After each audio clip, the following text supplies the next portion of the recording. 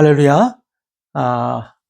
사순절은 사람의 계명이다 라는 제목으로 오늘 함께 하나님 말씀 나누기를 소망합니다. 오늘 우리에게 주신 말씀 마태복음 15장 7절에서 9절까지 말씀입니다. 마태복음 15장 7절에서 9절입니다. 제가 봉독하겠습니다. 외식하는 자들아, 이사야가 너희에 관하여 잘 예언하였도다 일렀으되 이 백성이 입술로는 나를 공경하되 마음은 내게서 멀도다. 사람의 계명으로 교훈을 삼아 가르치니 나를 헛되이 경배하는도다 하였느니라 하시고 아멘. 4월 둘째 주를 보내고 있습니다. 오늘도 역시 지난주와 마찬가지로 밤새 또 그리고 지금도 비가 내리고 있습니다. 겨울 내내 뿌려졌던 염화칼슘들을 다 씻겨서 아마도 오는 봄을 잘 맞이하려고 준비하는 것 같습니다. 이번 주에는 소위 말하는 고난주간과 성금요일 굿프라이데이가 있습니다. 캐나다는 이 성금요일 굿프라이데이가 공휴일입니다. 우리는 신앙생활을 하면서 교회에서 말하는 절기들을 잘 지키려고 합니다. 그래야 신앙생활을 잘 하는 것이고 믿음이 좋은 것이라고 생각한다는 것입니다. 많은 교회들은 지난 주가 사순절 5번째 주일이라고 주보에 기록하고 있다는 것입니다. 그럼 사순절이 무엇인지 먼저 한번 살펴보기를 원합니다. 이 사는 넷사라고 말합니다. 그리고 수는 10을 말합니다. 그러니까 사순절은 40일을 말하는 것입니다. 여러분, 그렇다면 오순절은 어떤 의미가 있는 건가요? 바로 그렇습니다. 오순절은 50을 말하는 것입니다. 부활절을 기점으로 40일 전부터 경건하게 부활절을 맞이하기 위해서 준비하는 기간이 바로 사순절인 것입니다. 이 사순절 40일의 시작은 제의 수요일에서 시작된다고 합니다. 그럼 제의 수요일은 무엇일까요? 제의 수요일은 가톨릭에서 사순절의 시작, 즉 부활절의 준비를 알리는 교회력의 절기를 말하는 것입니다. 가톨릭 교도들은 이 제가 뭐냐면, 여러분, 우리가 나무나 이런 것을 태울 때 다 타고 나서 남는 게 뭐죠? 바로 재죠. 바로 그 재를 말하는 겁니다. 그 재를 이마에 바르고 죄를 고백하며 그리스도의 고난을 40일간 부활절 전까지 묵상하는 것입니다. 소위 제의 수요일로부터 시작한 사순절 40일 기간은 금식, 자기 절제와 회개를 주 목적으로 한다는 것입니다. 제가 지금 말씀드린 이러한 내용들은 백과사전에 있는 내용들입니다. 여기서 우리가 집중해야 할 것은 바로 가톨릭이라는 것입니다. 이러한 절기는 주로 가톨릭에서 유래가 되었다는 것입니다. 이 말은 다시 말해 성경에서 유래된 것이 아니라는 것입니다. 기독교를 말할 때 신교와 구교를 다 포함해서 말합니다. 구교에 해당하는 것이 가톨릭이고 신교에 해당하는 것이 개신교입니다. 왜 신구교가 나뉘어지게 되었냐면 바로 종교개혁 그 이유로 그렇게 나뉘어졌습니다. 종교개혁은 바로 가톨릭의 부패에서 시작되었던 것입니다.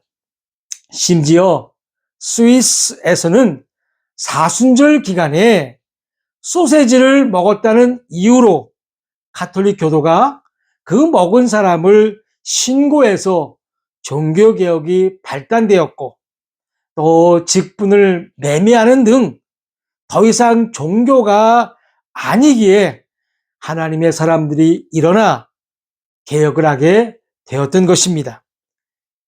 이 개신교는요, 이게 그 한자로 되어져 있는데, 이 개는 고칠 개, 또 신은 새로울 신으로 가톨릭에서 새롭게 고쳐보자는 종교라는 것입니다. 다시 말해 개혁하자는 것입니다. 영어에는요, 프로테스탄트라고 해서 저항하다라는 뜻이 있습니다. 가톨릭으로부터 고쳐 새롭게 하며 가톨릭을 저항하자는 것이 바로 개신교라는 것입니다. 그런데 이렇게 시작된 종교개혁, 개신교의 탄생이 다시 가톨릭화 되어가고 있다는 것입니다. 그것도 우리가 모르는 사이에 그렇게 되어지고 있다는 것입니다. 그중 하나가 바로 사순절, 성금요일, 제의수요일, 고난주간, 부활절이라는 교회력에 의거한 절기라는 것입니다. 베드로후서 2장 22절입니다. 참된 속담에 이르기를 개가 그 토하였던 것에 돌아가고 돼지가 씻었다가 더러운 구덩이에 도로 누웠다 하는 말이 그들에게 응하였도다. 캐나다 퀘벡주 몬트리올에 가면 노트르담 성당이 있습니다. 프랑스 파리에도 노트르담의 성당이 있습니다. 두 성당이 위치만 다를 뿐 거의 똑같다고 합니다. 우리는 노트르담의 꼽추라는 만화 영화를 잘 알고 있습니다. 여기서 노트르담의 뜻은 우리들의 부인이라고 합니다. 한마디로 성모 마리아를 말하는 것입니다. 그러니까 노트르담의 성당은 성모 마리아의 성당이라는 것입니다. 파리나 몬트리올에서 이 노트르담의 성당을 가보신 분들은 아시겠지만 성당의 모양이 너무도 멋있습니다. 스페인에도 아직 짓고 있는 사그라다 파밀리아 대성당도 유명한 관광 명소라고 합니다. 이들 성당의 내부는 스테인글라스로 꾸며 화려하며 또한 경건하기까지 하다고 합니다. 왜 당시 사람들은 이토록 화려한 성당들을 지었을까요? 물론 그들의 신앙심에서 유발할 수 있을 것입니다.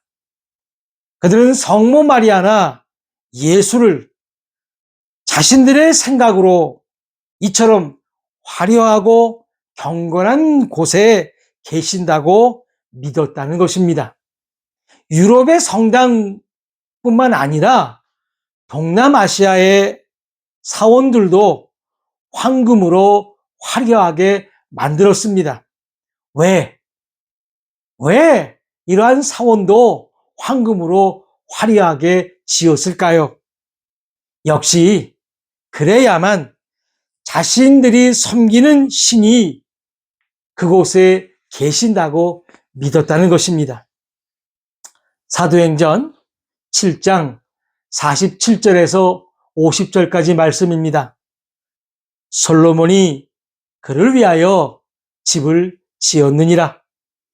그러나 지극히 높으신 이는 손으로 지은 곳에 계시지 아니하시나니 선지자가 말한 바 주께서 이르시되 하늘은 나의 보좌요 땅은 나의 발등상이니 너희가 나를 위하여 무슨 집을 짓겠으며 나의 안식할 처소가 어디냐? 이 모든 것이 다 내 손으로 지은 것이 아니냐 함과 같으니라. 사랑하는 성도 여러분, 하나님께서는 인간이 손으로 지은 곳에 계시지 않으시고 하나님께서 지으신 성전, 즉 예수를 영접한 사람들의 심령 속에 오늘도 영으로 함께 하신다는 사실을 믿으시기를 바랍니다. 저는 오늘 타 종교를 모함하거나 험담하려고 이 자리에 선 것은 아닙니다. 하지만 정말 바르게 믿지 않으면 나도 모르는 사이에 분위기에 휩쓸려 잘못된 교리나 장로들의 전통에 휩쓸려 사람의 계명을 지키는 어리석은 자가 될 수 있다는 것입니다. 진정한 경건은 무엇입니까? 사순절을 지키며 육식을 삼가고 몸을 거룩하게 하며 회개하고 금식을 하면서 예수님의 부활을 준비하는 것이 진정한 경건인가요? 디모데후서 3장 5절입니다. 경건의 모양은 있으나 경건의 능력은 부인하니 이 같은 자들에게서 내가 돌아서라. 보여주기식 신앙은 신앙이 아닌 것입니다. 경건의 모양은 진정한 경건이 아니라는 것입니다. 그 마음속에 예수 그리스도가 없다면 그분이 나를 대신해 십자가에 죽으시고 3일 만에 죽은 자 가운데서 살아나심을 믿지 못한다면 아무리 화려하고 경건해 보인다 한들 결코 구원받지 못한 자라는 것입니다. 우리는 교회에서 참으로 많이 가톨릭의 전통을 따라하고 있다는 것입니다. 아무리 믿음의 선조들이 종교를 개혁해서 바른 성경과 바른 믿음을 전수해도 믿지도 않고 의지하지도 않는다면 아무런 소용이 없다는 것입니다. 그래서 진정한 그리스도인은 한 권의 책의 사람이 되어야 한다는 것입니다.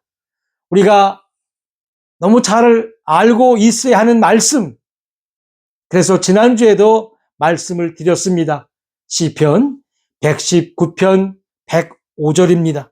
주의 말씀은 내 발의 등이요 내 길에 빛이니이다. 아멘입니다. 어떠한 종교 행위로도 구원은 받을 수 없습니다. 잘 믿어보겠다고 절기를 지키며 가톨릭이 하는 대로 한다고 믿음은 자라지 않습니다. 신앙심이 넘치면 자의적 숭배가 될 수 있다는 것입니다.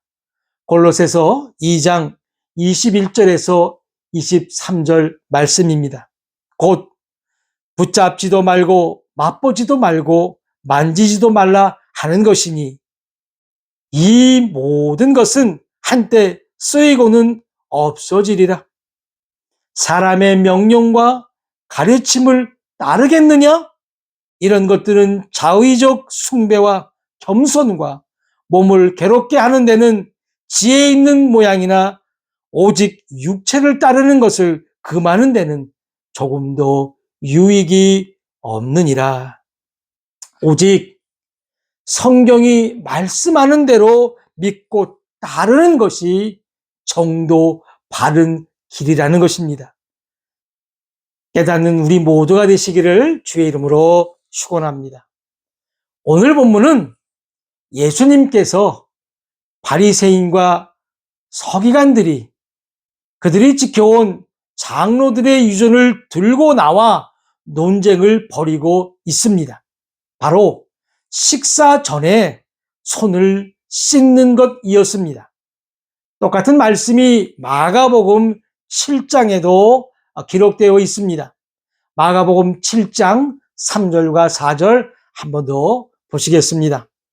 바리새인들과 모든 유대인들은 장로들의 전통을 지키어 손을 잘 씻지 않고서는 음식을 먹지 아니하며 또 시장에서 돌아와서도 물을 뿌리지 않고서는 먹지 아니하며 그 외에도 여러 가지를 지키어 오는 것이 있으니 잔과 주발과 녹그릇을 씻음이러라. 여러분, 이처럼 장로들의 전통은 하찮은 것들까지 세세하게 목록을 만들어 지키게 하였다는 것입니다. 사도 바울은 골로새서 2장 8절에서 경고하고 있습니다. 누가 철학과 헛된 속임수로 너희를 사로잡을까 주의하라. 이것은 사람의 전통과 세상의 초등학문을 따름이요 그리스도를 따름이 아니니라. 이러한 사람의 전통은 결코 그리스도를 따르는 것이 아니라는 것입니다. 베드로도 바울과 마찬가지로 경고하고 있습니다. 베드로전서 1장 18절 너희가 알거니와 너희 조상이 물려준 헛된 행실에서 대속함을 받은 것은 은이나 금같이 없어질 것으로 된 것이 아니요. 여기서 조상이 물려준 것은 영어 성경에는 트래디션, 전통이라고 기록하고 있다는 것입니다. 그러니까 너희가 알거니와 너희 조상들로부터 전통으로 이어받은 너희의 헛된 행실에서 은이나 금 같은 썩어질 것들로 구속된 것이 아니라는 것입니다. 사람의 전통은 이처럼 신앙에 도움을 주는 것이 아니라 방해가 된다는 사실을 깨닫기를 주의 이름으로 부탁을 드립니다. 그럼 바리새인과 서기관이 말하는 식사 전 손 씻기에 대해서 예수님께서는 어떤 말씀을 하셨을까요?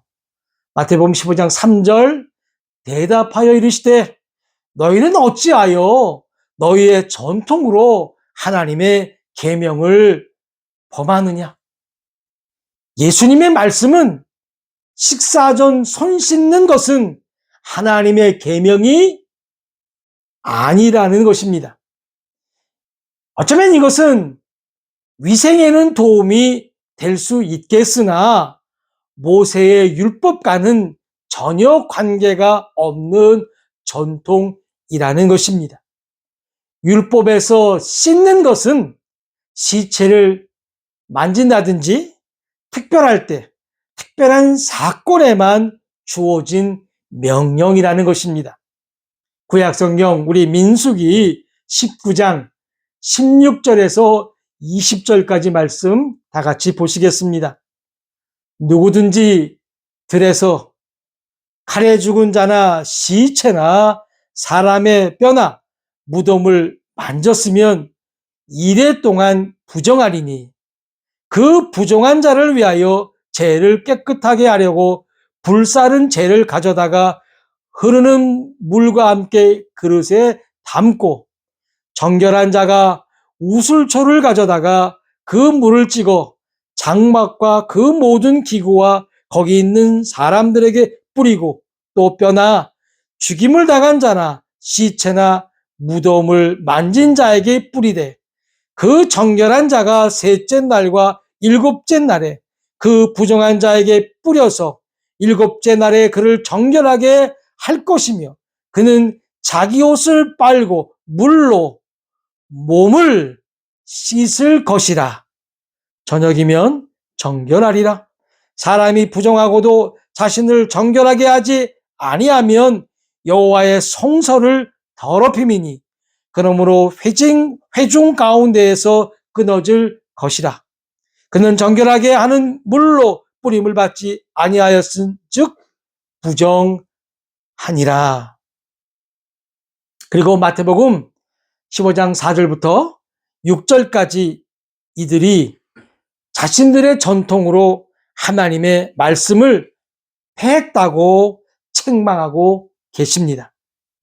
하나님께 드림이 되었다고만 하면 부모를 공경하지 않아도 된다고 말하는 그들을 예수님은 책망하신 것입니다.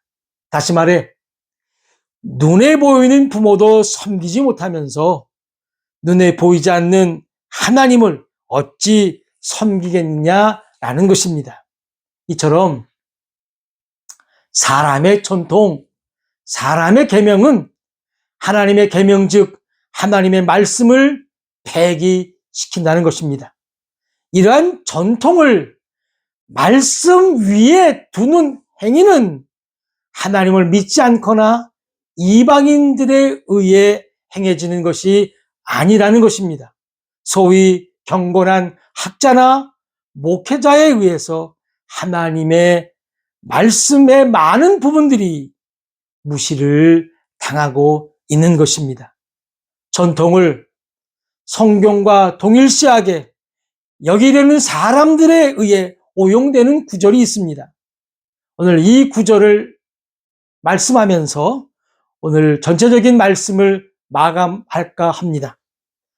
데살로니가 후서 2장 15절입니다.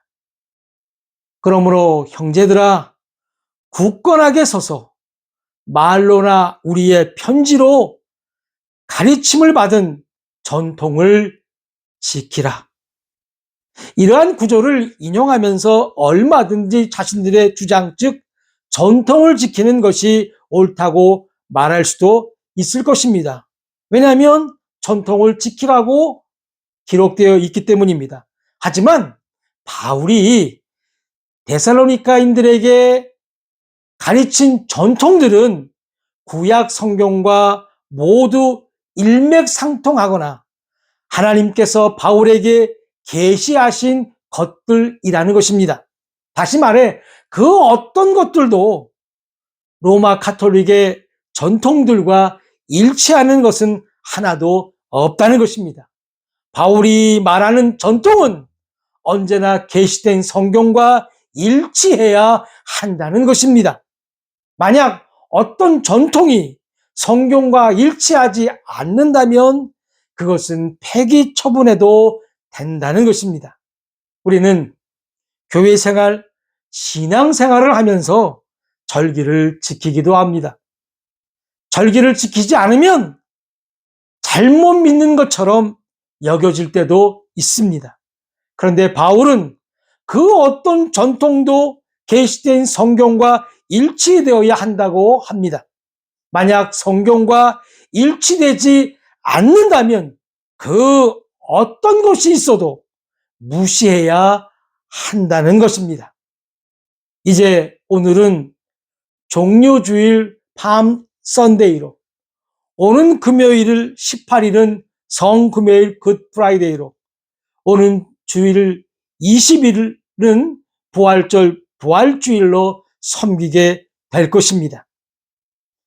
이러한 것들 역시도 장로들의 유전이요 사람의 계명, 사람의 전통은 아닌지 살펴보아야 할 것입니다. 엄밀히 말씀드리면 부활과 부활절은 전혀 다른 것입니다. 약 1년 전에 기재된 기독신보라는 기독교 신문에 이런 기사가 있습니다. 성경의 예배는 하나님께서 역사 속에 행하신 구원을 기념하는 역사적인 예배이다. 기독교는 신비적이며 명상적인 종교들과 달리 하나님이 역사 속에서 행한 일들의 의미를 중시한다. 기독교의 예배는 자연의 절기를 따라하는 경축 행사가 아니라 하나님의 역사를 기념하는 일이 중심이다. 우리는 어떠한 특정한 날만을 기념해서 경건하거나 특정한 날만을 기념해서 섬기는 것이 아니라는 것입니다. 우리가 함께 모여 교회당에서 하나님께 올려드리는 예배에는 모든 것이 함축되어 있다는 것입니다. 하나님께 드려지는 예배에는 주님께서 오신 성탄도, 십자가에서의 죽음도, 죽은 자 가운데서 3일 만에 살아나신 부활도, 다시 오신다는 약속도 모두 다 포함되어 있다는 것입니다. 우리는 언제나 그리스도인답게 경건의 능력을 가지고 보여주는 신앙이 아니라 내면에서부터 흘러나오는 믿음으로 주님을 섬기는 자들이 되어야 할 것입니다.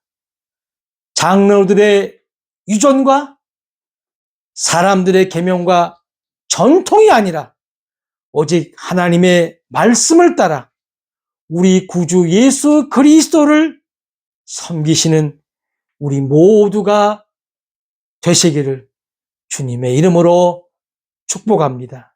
다 같이 기도하시겠습니다.